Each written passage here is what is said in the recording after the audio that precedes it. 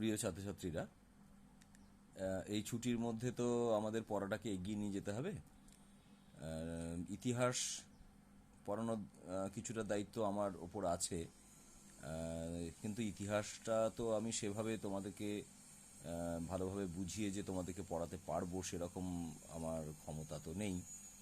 তবু আমরা যেহেতু পড়া এগিয়ে নিয়ে যাব, আমি কতগুলো প্রশ্নের দিকে তাকিয়ে তোমাদের সঙ্গেই আমি পড়বো। মনে করো আমি এগুলো পড়বো, তাহলে কি হবে, তোমরা শুনবে, শুনলেও তোমাদের কিছুটা পড়াটা এগোবে, তার সঙ্গে তোমরা বইটা দেখবে। আর কতগুলো প্রশ্নের ওপর ভিত্তি করে আমি এই ঔপনিবেশিক অর্থনৈতিক চরিত্র, যেটা তোমাদের পড়াটা আছে, হয়তো তোমাদের ক্লাসে কিছুটা হয়েছে, তবু আমি ধরে নিচ্ছি যে আমাদের কিছু হয়নি। সেই হিসেবে আমি কিছুটা তোমাদেরকে এগিয়ে দেওয়ার চেষ্টা করছি।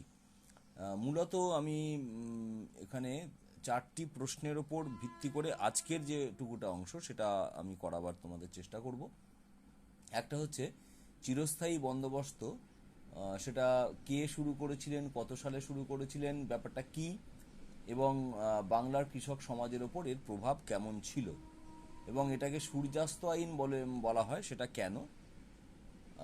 চিরস্থায়ী বন্দোবস্তের সঙ্গে আরও দুটো বন্দোবস্তের কথা তোমরা এই চ্যাপ্টারে পড়বে, যেটাকে রায়তওয়ারি এবং মহলওয়ারি বলা হয়। তো সেই রায়তওয়ারি এবং মহলওয়ারি যে ব্যাপারটা রয়েছে, সেইগুলো কীরকম ছিল, এবং এই তিনটে বন্দোবস্তের সঙ্গে একটা তুলনামূলক আলোচনা, বা আমরা বলতে পারি যে কৃষকদের ওপর কোনটার মানে প্রভাব কেমন ছিল সেইটা। তার সঙ্গে পরবর্তীকালে যেটা অর্থনৈতিক যে সমস্ত ফসল, যেমন নীল, যেমন চা, কফি, এই জাতীয় যেগুলো অর্থনৈতিক ফসল, সেই অর্থনৈতিক ফসলগুলো যখন সেই সময়কার কোম্পানি, ইস্ট ইন্ডিয়া কোম্পানি, তারা সেগুলোকে তৈরি করাতে চেষ্টা করেছিল, তার ফলে বাংলাতে নীল বিদ্রোহ ঘটেছিল এবং চা বাগিচা শিল্পের বা তুলো, কার্পাসের ওপর বেশ করে, যেখানে দাক্ষিণাত্যে বা উত্তর দিকে যেখানে চা বা কফি এবং কার্পাস, সেই নিয়ে যে সমস্যাটা হয়েছিল, বিশেষ করে কার্পাস চাষের ক্ষেত্রে দাক্ষিণাত্য হাঙ্গামা বলে একটা ঘটনা ঘটেছিল। সেই দাক্ষিণাত্য হাঙ্গামা, এই কতগুলো জিনিসকে নিয়ে আজকের যেটুকুটা আমাদের অংশ, আমরা সেটা একটু করার চেষ্টা করব। বেশ, দেখো, তোমাদের বই থেকে আমি তোমাদেরকে বলে দিচ্ছি, বলে বলে যাচ্ছি, তোমরা একটুখানি ভালো করে দেখো। দেখো, 1784 সালে লর্ড কর্নওয়ালিস যে রাজস্ব সংক্রান্ত যে ব্যাপারটা, সেটাকে নতুন করে গড়ে তোলার তিনি চেষ্টা করেন। খাজনা আদায়ের যে প্রশাসনিক কাঠামোগুলোর গলদ, যেটা কর্নওয়ালিসের কাছে বলে মনে হয়েছিল, যেগুলো সেই জন্য কোম্পানিরও কোনো লাভ হচ্ছিল না। দেশীয় কৃষক সমাজ এবং দেশের অর্থনীতি সেটা যদি বিপর্যস্ত হয়ে যায়, তাহলে শুধুমাত্র খাজনা বাড়িয়ে তো কখনো হতে পারে না। যার জন্য কৃষির যে সংকট একটা হয়েছিল, যার ফলে রেশম এবং কার্পাস রপ্তানি করতো যেটা ইস্ট ইন্ডিয়া কোম্পানি, তাতেও ভাটা ভাটা পড়েছিল। এবং দেশীয় যে হস্তশিল্প, তার উপর এই যে কৃষির একটা সংকট হয়েছিল, যে দুর্ভিক্ষ মন্বন্তরের পর থেকে, সেটা যে নেতিবাচক একটা প্রভাব পড়েছিল, তার পিছনে কিন্তু মূল ছিল এই রাজস্ব আদায় সংক্রান্ত যে বন্দোবস্ত। সেই জন্য কোম্পানির অনেক আধিকারিক খাজনা আদায় করার যে ব্যবস্থা, তাকে চিরস্থায়ী করার কথা বলেছিলেন। এবং এই কর্নওয়ালিস তখন তিনি 1793 খ্রিস্টাব্দ, এই সালটা খুবই জরুরি, যে সেই সময় তিনি বাংলাতে রাজস্ব আদায়ের জন্য চিরস্থায়ী বন্দোবস্ত চালু করেন। এখানে কি হচ্ছে, যে তাহলে কি হচ্ছে, আগে যে কোম্পানির কর্মচারীরা তাদের ইচ্ছা মতো একটা রাজস্ব আদায় করে ফেলতো, কোনো ঠিক ঠিকানা ছিল না, কোনো নির্দিষ্ট নিয়মে চলছিল না। সেইটার বদলে একটা যখন নির্দিষ্ট পরিমাণ খাজনা একটা ব্যবস্থা করা হলো, যখন চিরস্থায়ী বন্দোবস্ত করে দেওয়া হলো, তখন কোম্পানি আশাও করেছিল যে এর ফলে জমিদাররা তাদের মাধ্যম দিয়ে যখন রাজস্বটা আদায় হবে, তখন তারা নিজেদের লাভের হার বাড়িয়ে নেবার জন্য জমিতে যেমন অর্থ বিনিয়োগ করবে, তেমনি যে উঁচু হারে যে রাজস্বটা কোম্পানি ধার্য করেছিল, সেই উঁচু হারে রাজস্বটা সেটা কোম্পানির কাছেও অনেক লাভজনক হয়ে উঠবে। তো এটা কিভাবে করেছিলেন, কিভাবে করা হয়েছিল না, লর্ড কর্নওয়ালিস কিন্তু চেয়েছিলেন যে বাংলার জমিদারদের যাতে উন্নতি হয়। তার মনে হয়েছিল যে জমিদারদের যদি সম্পত্তির যে অধিকারটা, জমির যে অধিকারটা, সেটাকে যদি স্থায়ী এবং নিরাপদ করা হয়, তাহলে তারা কিন্তু কৃষির উন্নয়নের জন্য তারা অর্থ বিনিয়োগ করবেন। এবং কোম্পানি যদি প্রচুর কৃষকের সংখ্যা, তো প্রচুর, জমিদারের সংখ্যাটা অল্প, তাহলে প্রচুর কৃষকের কাছ থেকে খাজনা আদায়ের বদলে যদি অল্প কয়েকজন জমিদারের কাছ থেকে খাজনা আদায় করা হয় তাহলে সেটা অনেক সহজ হলো। আর জমিদাররা সেই অধিকারটা স্থায়ীভাবে পাওয়ার জন্য তারা কোম্পানির কাছে অনুগত থাকবে। এই সমস্ত কারণের জন্য 1793 সালে এই চিরস্থায়ী বন্দোবস্ত করা হয়েছিল। এর ফলে কী হয়েছিল না, বাংলা, বিহার এবং উড়িষ্যার সমস্ত জমি জমিদারের সম্পত্তি হয়ে যায়। সমস্ত জমিতে নির্দিষ্ট কর ঠিক করা হয় এবং জমিদার সময় মতো সেই নির্ধারিত কর কোম্পানিকে দিতে পারলেই সেই জমিতে তার অধিকার স্থায়ী হয়ে যেত এবং চূড়ান্ত অধিকার হতো। সেটা উত্তরাধিকার সূত্র, জমিদারের প্রয়াণের পর তার পরবর্তী যে বংশধর তার কাছেও সেই জমির অধিকারটা স্থায়ী হয়ে যেত। ঠিক আছে, এই যে ব্যাপারটা, এবং তিনি ইচ্ছা করলে কাউকে বিক্রি করতে পারতেন, হাত বদল করতে পারতেন। কিন্তু সমস্যাটা একটাই ছিল যে নির্দিষ্ট সময়ে যদি সেই করটা না দেয়া হতো তাহলে কিন্তু কোম্পানির সেই অধিকার ছিল যে জমিটাকে কেড়ে নেওয়া এবং সেই জমি নিলাম করে নতুন কোনো জমিদারের হাতে সেটা তুলে দেওয়া। তাহলে কি হতো, যে এর ফলে কি হচ্ছে যে কোম্পানি বুঝতে পেরেছিল যে তাহলে নির্দিষ্ট সময়ের মধ্যে কর দেওয়ার বাধ্যবাধকতাটা থাকার জন্য জমিদারেরা কিন্তু কৃষির উন্নয়নের জন্য যেমন বিনিয়োগ করবেন যাতে কৃষকরা কর দেওয়াতে সক্ষম হয়, এবং বেশি হারে কর বসালেও তারা তা দিতে অবশ্যই চেষ্টা করবেন। তাহলে এতে কি হলো না, চিরস্থায়ী বন্দোবস্তের জন্য জমিদারদের স্বার্থ এবং কৃষির উন্নতি দুটোই বজায় থাকবে বলে মনে করা হয়েছিল। কিন্তু কি হলো অ্যাকচুয়ালি, জমিদারদের সমৃদ্ধি বাড়লো কিন্তু কৃষকদের অবস্থার উন্নতি হলো না। কৃষকরা আগে যেমন যখন সরাসরি কোম্পানির লোকেরা তাদের কাছ থেকে জোর করে কর আদায় করতো, সেরকম তার বদলে তারা কি হলো, তারা এবার জমিদারের ওপর নির্ভরশীল হয়ে পড়লো। জমিদাররা যদি অনুগ্রহ করে, জমিদাররা যদি তাদেরকে সরিয়ে দেয়, হটিয়ে দেয়, কিছু করার নেই। কৃষকের যে জমির ওপর যে দখলি সত্ত্ব সেটা চিরস্থায়ী বন্দোবস্ততে তা রইল না, তারা স্বাধীন কৃষকরা রইল না, তার প্রজা হয়ে রইল, ওরা রাজা এরা প্রজা, এরকম ধরনের হলো। এবং সেই যে রাজস্ব আদায়, যেটা যেহেতু কোম্পানি উঁচু হারে রাজস্ব আদায়ের কথা বলেছিল, তাই জমিদাররাও কৃষকদের ওপর অতিরিক্ত করের বোঝা চাপাতো। তাছাড়া নানা রকমের বেআইনি করও চাপানো হতো। নির্দিষ্ট যদি সময়ে নির্দিষ্ট পরিমাণে খাজনা যদি না দিতে পারতো তাহলে কৃষকদের জমি নিয়ে নেবার অধিকারটাও জমিদারদের ওপর ছিল। তার ফলে কৃষকদের অবস্থার কিন্তু দ্রুত অবনমন ঘটে। তাহলে বাংলার কৃষক সমাজের ওপর এটার কি প্রভাব সেটা কিন্তু আমরা এখানে বুঝতে পারছি। তাহলে চড়া হারে কৃষকদের কাছ থেকে খাজনা আদায় করা জমিদারদের পক্ষে সমস্যাও ছিল, তো তারা দেবে কোথা থেকে? তারপরে ধরো প্রাকৃতিক বিপর্যয়, এটা তো আমাদের বাংলার যে কোনো সময় ঘটতে পারে, বন্যা হচ্ছে, খরা হচ্ছে, তাহলে কৃষকরা চড়া হারে তখন খাজনা দিতে পারতো না। এবার কৃষকরা যদি খাজনা দিতে না পারেন তাহলে জমিদাররা সেই জমি জন্য যে ধার্য খাজনা কোম্পানিকে দিতে পারতো না, তাহলে জমিদারদের জমিটা নিলামে উঠে যেত। তার ফলে চিরস্থায়ী বন্দোবস্তের মধ্য দিয়ে কোম্পানির যে কর্তৃত্বটা দৃঢ় হয়েছিল, কিন্তু জমিদারদের এবং কৃষকদের অবস্থা কিন্তু খারাপ। জমিদারদের অনেক ক্ষেত্রে লাভজনক হয়েছিল কিন্তু কৃষকদের অবস্থা খুবই খারাপ ছিল। এখান থেকেই চলে আসছে আমাদের এই সূর্যাস্ত আইন বলে যে ব্যাপারটা তোমাদের আছে, সেই ব্যাপারটা। দেখো, চিরস্থায়ী বন্দোবস্তের যে ভালো দিকটা, মানে জমিদারদের পক্ষে লাভজনক দিক নিশ্চয়ই ছিল, কিন্তু মুশকিল হয়েছিল যে একটা নির্দিষ্ট সময়ে বা নির্দিষ্ট দিনে, বছরের কোনো একটা নির্দিষ্ট দিনে অবশ্যই, সেই দিনে সূর্যাস্তর পর্যন্ত যদি না কোম্পানির প্রাপ্য রাজস্ব জমিদাররা জমা দিতে পারতো তাহলে কিন্তু সেই জমিদারের সম্পত্তিটা বিক্রি করে দেওয়ার বা নিলামে তোলার যে অধিকার সেটা কিন্তু কোম্পানি ছিল। এটাকেই বলা হচ্ছে সূর্যাস্ত আইন। এই সূর্যাস্ত আইন নিয়েও একটা প্রশ্ন তোমাদের পড়তে পারে। তাহলে আমরা যেটা করলাম যে চিরস্থায়ী বন্দোবস্ত কে কত সালে সেটা নিশ্চয়ই বুঝতে পারা যাচ্ছে, এবং তার যে প্রভাবটা সেটা কৃষকদের ওপর কেমন ছিল, আর তার সঙ্গে সূর্যাস্ত আইন, এই ব্যাপারটা আমরা করলাম। এরপরে দেখো চলে আসছে তোমাদের পরবর্তী অংশে, যেটা রায়তারি বন্দোবস্ত। দেখো, রায়তওয়ারি বন্দোবস্তটা, এটা মূলত দক্ষিণ ও দক্ষিণ পশ্চিম ভারতে যখন কোম্পানি শাসন প্রতিষ্ঠা হলো, সেখানে যে বড় মাপের যে জমিদার, সেটা আমাদের মাদ্রাজ যে অঞ্চল সেখানে ছিল না। চিরস্থায়ী বন্দোবস্তে নানা রকমের প্রবলেম দেখা দিচ্ছিল। অনেক সময় জমিদাররা, যেভাবে আমরা দেখলাম যে জমিদাররা সঠিক সময়ে না দেওয়ার জন্য জমিদার বদল হয়ে যাচ্ছিল। হ্যাঁ, বড় মাপের জমিদার যদি না থাকে তাহলে সেই বিশাল পরিমাণে খাজনা দেওয়া সম্ভব হচ্ছিল না।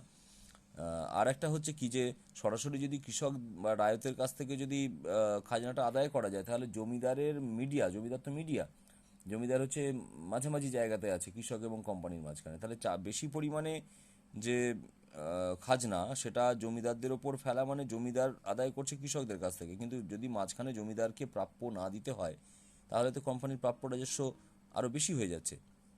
সেই জন্য কৃষক বা রায়তকে জমির মালিক হিসেবে স্বীকার করে নিলে আর একটা হবে কি, যে জমিদারদের যে অত্যাচার কৃষকদের ওপর, সেটাকেও এড়ানোটা সম্ভব হবে বলে মানে একটা অজুহাত দেওয়া হয়েছিল আর কি।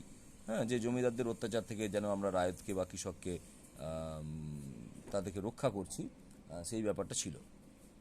ঠিক আছে, সেই জন্য 19 শতকের শুরুর দিকে মাদ্রাজ এবং বোম্বাইয়ের কিছু অংশে এই রায়তোয়ারি বন্দোবস্ত চালু করা হয়। সেই বন্দোবস্ত কিন্তু চিরস্থায়ীর মতো করা হয়নি, যে একটা নির্দিষ্ট দীর্ঘদিন চলবে, বংশ পরম্পরায় চলবে, এগুলো নয়। কিছুদিন ছাড়া ছাড়া তার রাজস্বের যে পরিমাণ সেটাকে সংশোধনও করা হতো। এর ফলে কি হচ্ছে, যে স্থানীয় জমিদারদের বদলে ঔপনিবেশিক রাষ্ট্রের অধীনে রায়ত বা কৃষকরা তারা কিন্তু চলে যেতে থাকে।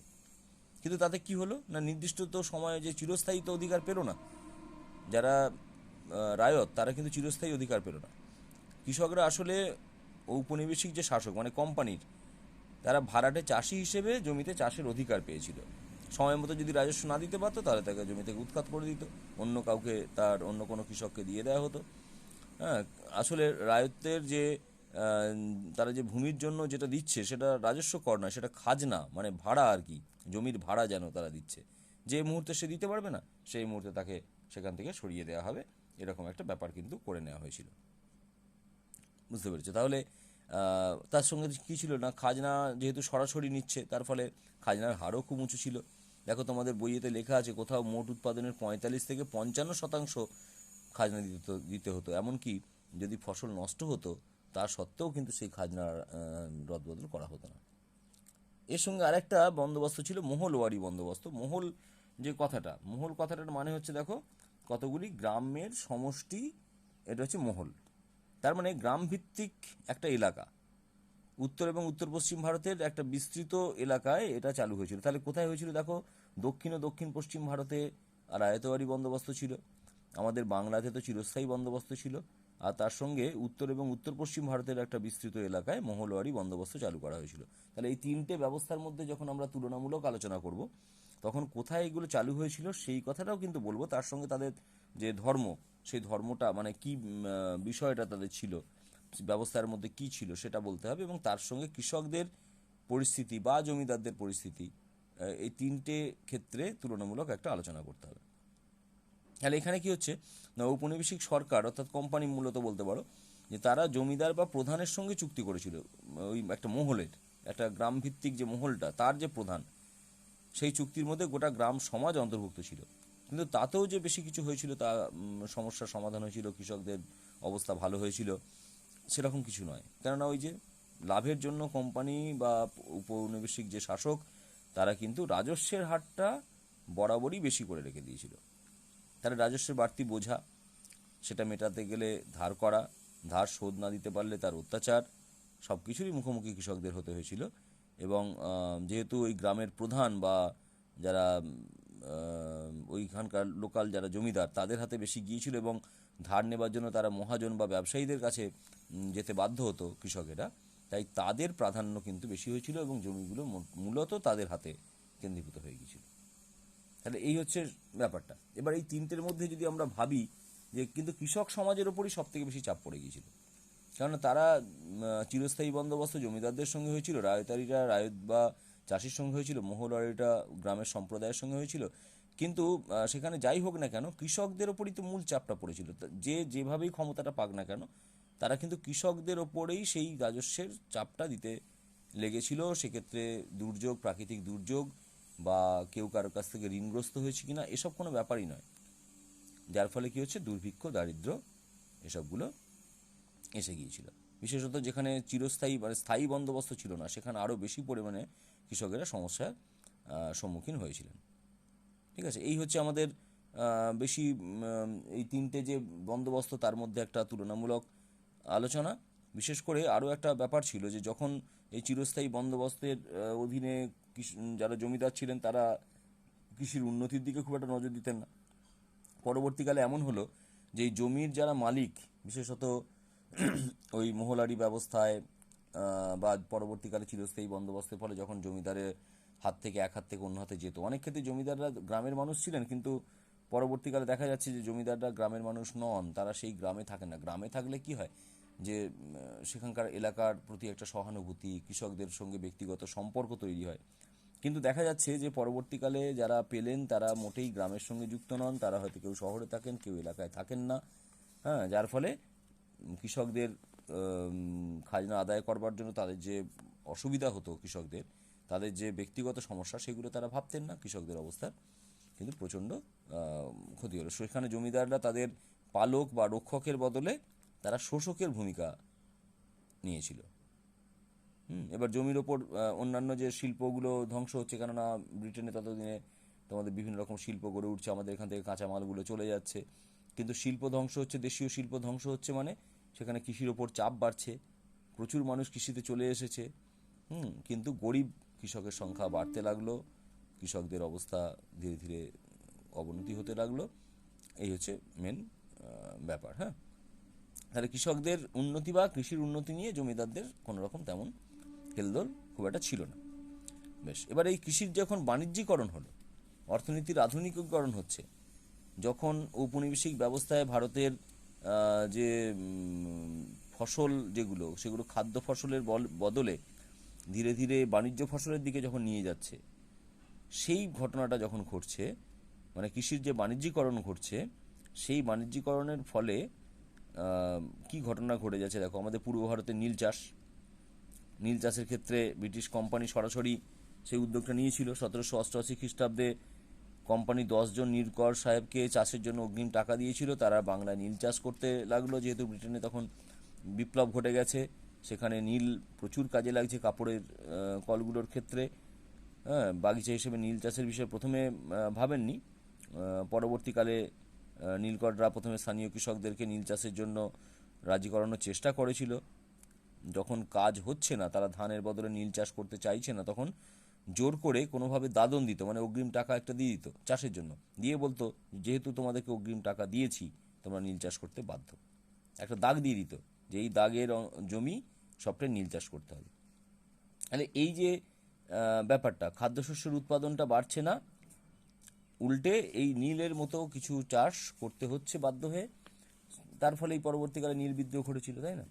সেই নীলের চাহিদা, দেখো নীল চাষে পুরোটাই করা হয়েছিল নীলের চাহিদার জন্য, যেটা ইংল্যান্ডের কাপড়ের কলে। তারপরে হলো কি, তারপরে কিছুদিন পরে যখন রাসায়নিক পদ্ধতিতে নীল শুরু হলো, তখন আর নীল চাষের সেই চাহিদাটা থাকলো না। নীল বিদ্রোহ ঘটেছিল কোন সময়ে? 1859 থেকে 60 সালে ঘটেছিল। এই কথাগুলো কতগুলো ছোট ছোট প্রশ্ন, তোমার এখানে নীল বিদ্রোহ কবে ঘটে, কেন ঘটে, এই নিয়ে একটু প্রশ্ন থাকলেও থাকতে পারে।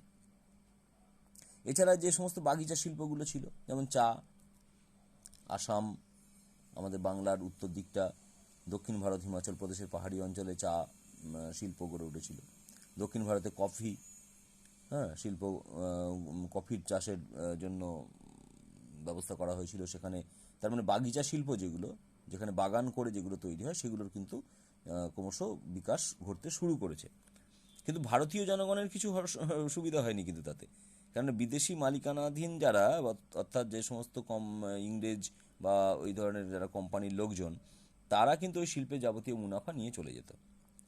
আর বেতনটা কারা পেত? বেতনটা পাওয়া যেত বিদেশি কর্মচারীরা, তারা এসে বেতনগুলো নিত, এবং সেই উৎপন্ন দ্রব্যগুলো, যেগুলো শ্রেষ্ঠ দ্রব্য, সেগুলো বিদেশের বাজারে বিক্রি করা হতো, এবং সেই অর্থটাও ব্রিটেনে চলে যেত। মানে পুরোপুরি সম্পদের একটা বহির্গমন। এটা আমাদের একটা ভালো প্রশ্ন, যে সম্পদের বহির্গমন হতে শুরু করে দিল।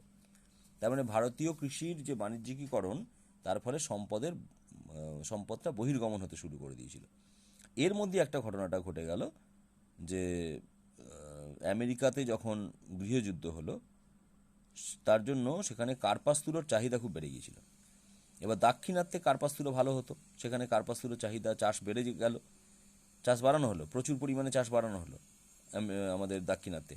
কিন্তু যখন আমেরিকার আবার গৃহযুদ্ধ থেমে গেল, সেই সময় কি হলো? কার্পাস তুলোর চাষ বেড়ে গেলেও তখন দাক্ষিণাত্যে কিন্তু 1870 সালে তুলোর দাম একদম কমে যাচ্ছে, কারণ চাহিদা কমে গেছে।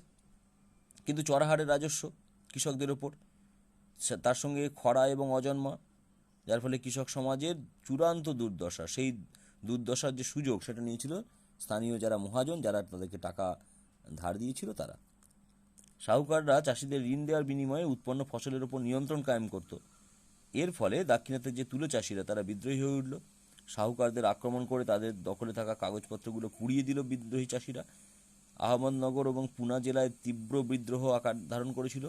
1875 খ্রিস্টাব্দের মে থেকে সেপ্টেম্বর পর্যন্ত এই বিদ্রোহটা চলেছিল এবং সেই সময় যে ঔপনিবেশিক প্রশাসন যারা, তারা এটাকে দাক্ষিণাত্য হাঙ্গামা নাম দিয়েছিল। তার মানে তুলোর জন্য বাজার যখন কমে গেল, তুলোর দাম কমে গেল, অথচ ঋণ দিয়েছিল স্থানীয় শাহুকার বা মহাজনেরা, এবং তাদের যে অত্যাচার, তাদের যে ঋণ শোধ পাওয়ার জন্য যে চাপ, সেই চাপের ফলে চাষিরা বিদ্রোহী হয়ে উঠল, কাগজপত্রগুলো পুড়িয়ে দিল। এই 1875 সালের মে থেকে সেপ্টেম্বর পর্যন্ত এটাকে, এই যে হাঙ্গামা হয়েছিল, এটাকে আমরা বলছি দাক্ষিণাত্য হাঙ্গামা। এটাও একটা খুব গুরুত্বপূর্ণ প্রশ্ন। দেখো, আমি তোমাদেরকে সেইভাবে তো গল্পের মতো করে বলতে পারছি না, আমি বই দেখে দেখে তোমাদেরকে কিছুটা যেটুকুটা দরকার সেই অংশগুলো তোমাদের আমরা বললাম। তার সঙ্গে প্রশ্নগুলো কি কি হলো, চিরস্থায়ী বন্দোবস্ত আমি তোমাদেরকে ছবিটা এখনই দেখিয়ে দিচ্ছি, কি কি ধরনের প্রশ্ন আমাদের আসতে পারে। সেই প্রশ্নগুলোকে আমরা একবার দেখাই, সেই প্রশ্নগুলো তোমরা খাতায় একবার লিখে নিও। দেখো, আমি এখানে প্রশ্নগুলো লিখে রেখেছি। চিরস্থায়ী বন্দোবস্ত কত সালে কে চালু করেন? বাংলার কৃষক সমাজের ওপরের প্রভাব কেমন ছিল? সূর্যাস্ত আইন কাকে বলে? দাক্ষিণাত্য হাঙ্গামা কেন হয়েছিল? চিরস্থায়ী বন্দোবস্ত, রায়তওয়ারি ও মহলওয়ারি এগুলোর তুলনা, আর নীল বিদ্রোহ কবে ঘটে কেন? নীল বিদ্রোহ কবে ঘটে কেন, এটা খুব বেশি ইম্পর্টেন্ট নয়, কবে ঘটে এটা অবশ্যই। তাহলে এই কটা প্রশ্ন তোমরা একটু লেখার চেষ্টা করবে, আর যদি কিছু অসুবিধা হয় বা কোনো প্রশ্ন প্রবলেম হয় সেটা আমাকে লিখে জানাবে। আজকে আমাদের এই পর্যন্ত থাকলো, তোমরা এগুলো করে দেখানোর পর আমরা আবার পরবর্তী অংশটাতে যাব।